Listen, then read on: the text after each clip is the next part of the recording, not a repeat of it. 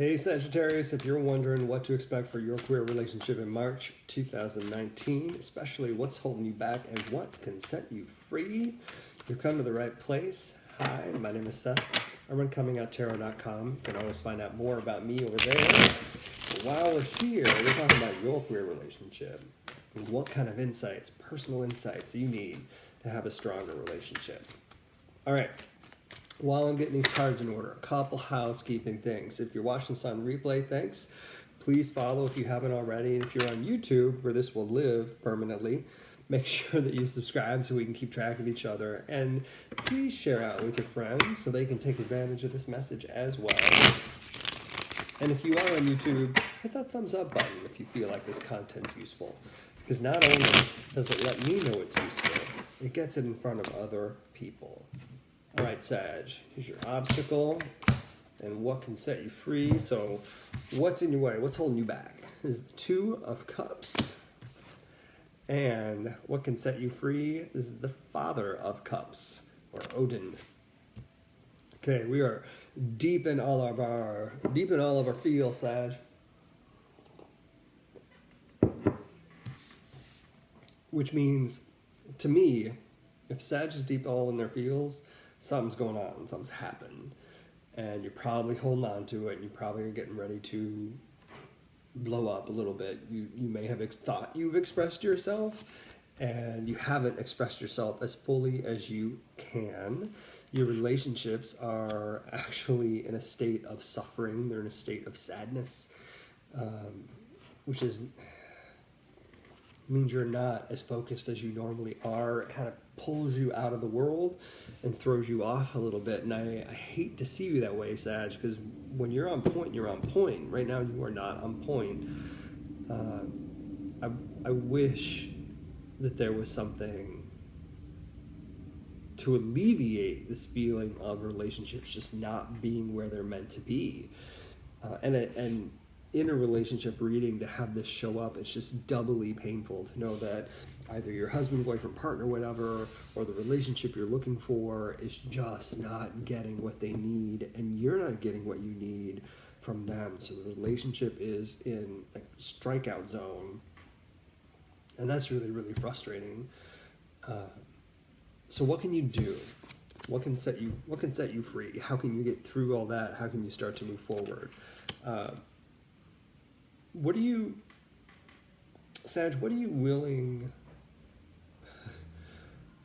You're kind of having a Taurus moment. What are you willing to give up in order to get what you want? What are you willing to sacrifice for the greater good of the relationship? In order for this relationship to go longer, to be a long-term thing, what are you ready to let go of? What are you holding on to so tight that you don't need to hang on to?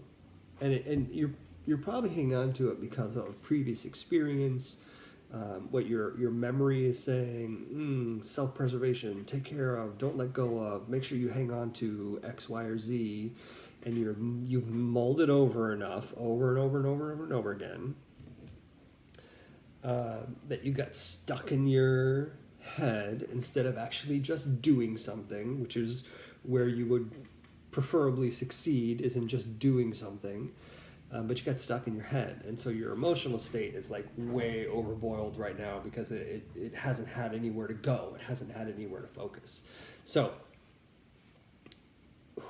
what are you willing to give up? And by that I mean, how can you focus on somebody else and what you need to do for the relationship to make it successful for them, which will in turn make it successful for you? Not a lot of people thrive in a space of taking action for someone else for themselves. Yeah, that's how I want to say that. And Sag, you can. Your sacrifice of what you're willing to give up for a relationship for somebody else, for the greater good, is part of what you do.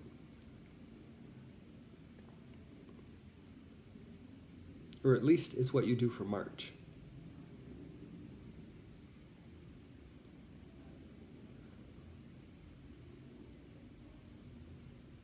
And it'll start to, when you find this thing, it's going to start to create some new growth in your relationship. It's going to create some harmony in a way that hasn't been there before. You're going to see some things start to shift and change. There's no moss on a rolling stone. All right, Sag, I hope this is helpful. If it is, don't forget to subscribe so we can keep track of each other. And I do hope you'll share with your friends.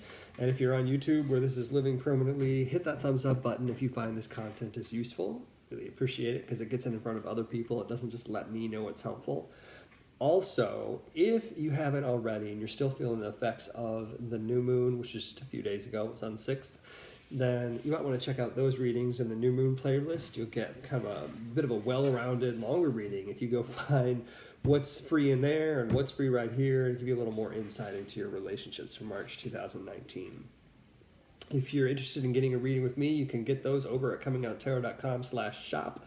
And if you haven't heard them already, got a great interview with Rick Clemens from Life Uncloseted. Go listen to that. It's all about how tarot can help you come out of the closet. This weekend I've got an interview coming up with the Tarot Lady where we geek out over tarot patterns. So if you're a tarot person, listen to Tarot Bites with the Tarot Lady.